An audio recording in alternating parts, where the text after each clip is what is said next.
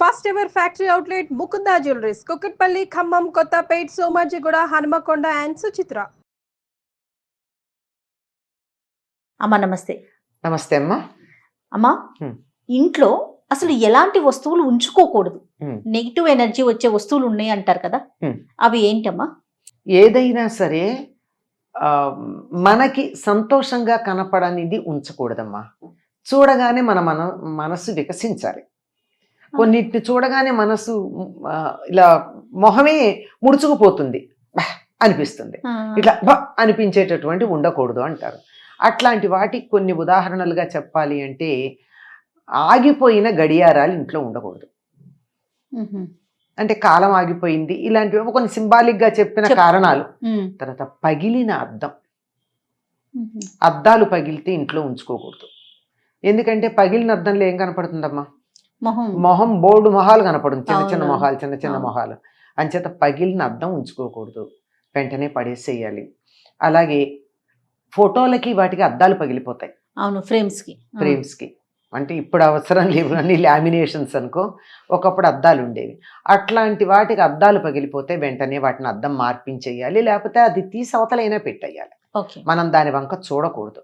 ఎందుకంటే ఆ పగిలిన అద్దంలో మొహం ఎట్లా ముక్కలు ముక్కలుగా బోల్డ్ ప్రతిబింబాలు కనపడతాయి అసలుది కాకుండా. అట్లా కాకుండా ఆ ఫోటోలకు అద్దాలు పగిలితే ఫోటో వెనకాల ఉన్నటువంటి చిత్రం, అది దేవుళ్ళది కావచ్చు, మామూలుది కావచ్చు, చిన్న చిన్నవిగా రకరకాలుగా కనపడుతూ ఉంటుంది కదా, అతికినట్టు, అది పనికిరాదు. అట్లాగే విరిగిపోయినటువంటి బొమ్మలు ఉండకూడదు ఇంట్లో. ఏదన్నా బొమ్మ విరిగిపోయింది అనుకోండి, వెంటనే బయట పారేయాలి. అట్లాంటివి కూడా పనికిరావంటారు. అదేవిధంగా చిరిగిపోయినటువంటి వస్త్రాలు, అంటే చిరిగిపోయిన బట్టలు బయట పారేసేంత ధనవంతులమా మనం? ఏదో విలువైనటువంటి ఖరీదైనటువంటి బట్టలు చిరిగిపోతాయి అంటే అదేదన్నా అట్లా అయితే కుట్టి ఇంట్లో ఉంచుకోవచ్చు కానీ, వాడుతుంటే పర్వాలేదా? కుట్టి వాడుకుంటే పర్వాలేదు కానీ కుట్టకుండా వాడకూడదు చిరుగుండగా. ఎందుకంటే ఒకప్పుడు అసలు కుట్టింది వాడేవాళ్ళు కాదు మన దేశంలో. అసలు కుట్టడం అన్నది ఉండేది కాదు. కింద ఒకటి కట్టుకునేవాళ్ళు, పైన గుండెల కోటి కట్టుకునేవాళ్ళు, పైన బల్లెవాట్లాగా ఒకటి వేసుకునేవాళ్ళు. అది పద్ధతి. అంచేత అసలు కత్తిరించటం కుట్టడం అన్నది లేదు. అందువల్ల అసలు అదే దరిద్రం అనేవాళ్ళు. ఇప్పుడు కుట్టకుండా కట్టేదే లేదు కదా. మరి మనకు ఒక రెవిక కావాలి అంటే దాన్ని కుట్టందే కట్టట్లేదు. ఆఖరికి అవసరం లేదు కానీ చీరకి అయినా దాన్ని కుట్టుకోకుండా కట్టుకోం మనం, కింద ఫాల్ అతికైనా కుట్టుతాం, పెడుతున్నాం. కనుక ఈ కుట్టడం అనేటటువంటిది పర్వాలేదేమో కాలానుగుణంగా అనిపించినా చిరిగిన ఉండకూడదు అంటారు. అలాగే విడిచిన బట్టలు ఎక్కడ పడితే అక్కడ, చాలామంది ఇళ్లల్లో విడిచిన బట్టలు అలా వారేస్తూ ఉంటారు. ఎప్పుడో 2 రోజులకో 3 రోజులకో, ఎప్పుడు చాకలు వస్తే అప్పుడు తీయడం, లేకపోతే ఉతికే. పల్లెటూళ్ళల్లో ఒకప్పటి మాట, ఇప్పుడు అట్లా లేదు కానీ పని మనిషి ఎప్పుడు వస్తే అప్పుడు అక్కడ తీయడం. మిషన్లో వేయడానికి కూడా, మిషన్లు ఇంట్లో ఉంటే కూడా అందులో వేయడానికి కూడా బద్దకించి ఇక్కడ అక్కడ విప్పిన బట్టలు పడేస్తూ ఉంటారు. మైల బట్టలు అంటే విప్పినవి, మైలాంటి వేరే ఉద్దేశం, కట్టి విప్పిన పడేసిన బట్టలు ఎక్కడ పడితే అక్కడ ఉండకూడదు.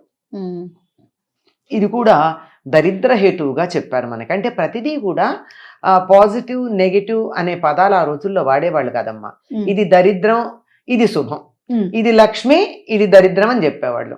అంటే లక్ష్మీప్రదం అంటే మంచిది, పాజిటివ్ ఎనర్జీ, దరిద్రం అంటే నెగిటివ్ ఎనర్జీ అని దరిద్రం అన్న పదంతో చక్కగా తేల్చి పడేస్తూ ఉండేవారు. అలాగే ఇంట్లో బూజులు వేలాడిన, మట్టి ఉన్న, చెత్త ఉన్న, ఇవన్నీ కూడా ఇంట్లో ఉండకూడదు అంటారు. ఎందుకు పేరుకుపోతాయమ్మా ఇవన్నీ నక్కర్లేనివి? శుభ్రత లేకపోతే అది చెత్త పేరుకుపోతుంది. అసలు ఎక్కువ వస్తువులు ఎందుకు పేరుకుపోతాయి? కొంతమంది ఇళ్లలోకి వెళ్ళామనుకోండి, మనం ఇల్లు చాలా బాగుంటుంది, మొత్తం వస్తువులే అన్నీ కనిపించేమిటో గాలి పీల్చుకోలేము, ఉక్కిరి అయిపోయినట్టు అనిపిస్తుంది.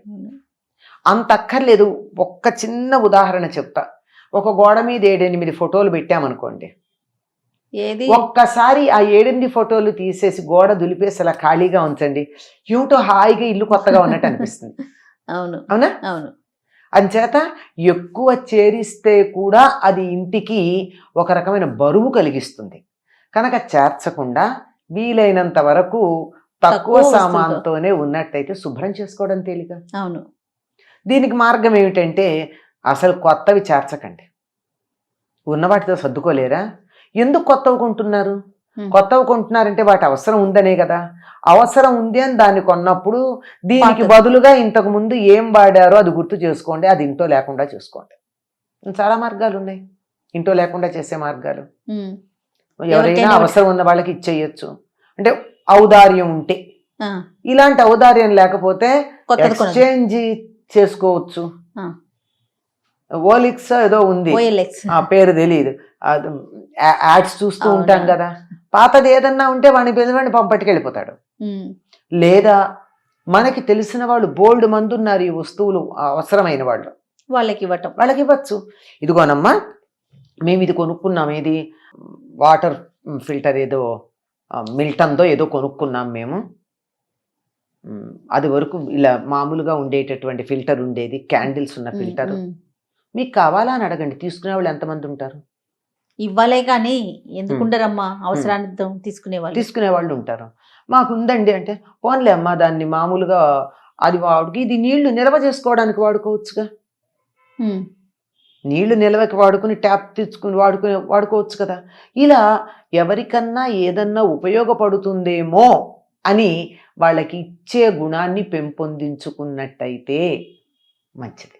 అప్పుడు ఇంట్లో చెత్త ఉండదు. చెత్త కూడా మనకి లక్ష్మీప్రదం అవుతుంది. ఎట్లా అవుతుంది?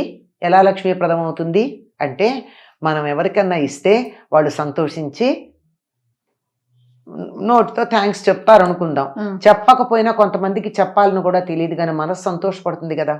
వాళ్ళు సంతోషపడితే అది ఎంత పాజిటివ్ ఫీలింగ్ మనకి, ఎదుటి వాళ్ళకి సంతోషం కలిగితే. అందుకని అలా ఇచ్చేయడం కూడా మనకి చాలా మంచిది.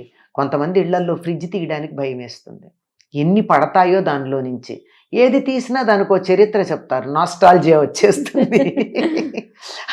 అది చెప్పడం తర్వాత వీటన్నింటి వాసనలు కలిసిపోయి ఒక గమ్మత్తైన వాసన వస్తూ ఉంటుంది ఫ్రిడ్జ్ ఓపెన్ చేయగానే, భయంకరంగా.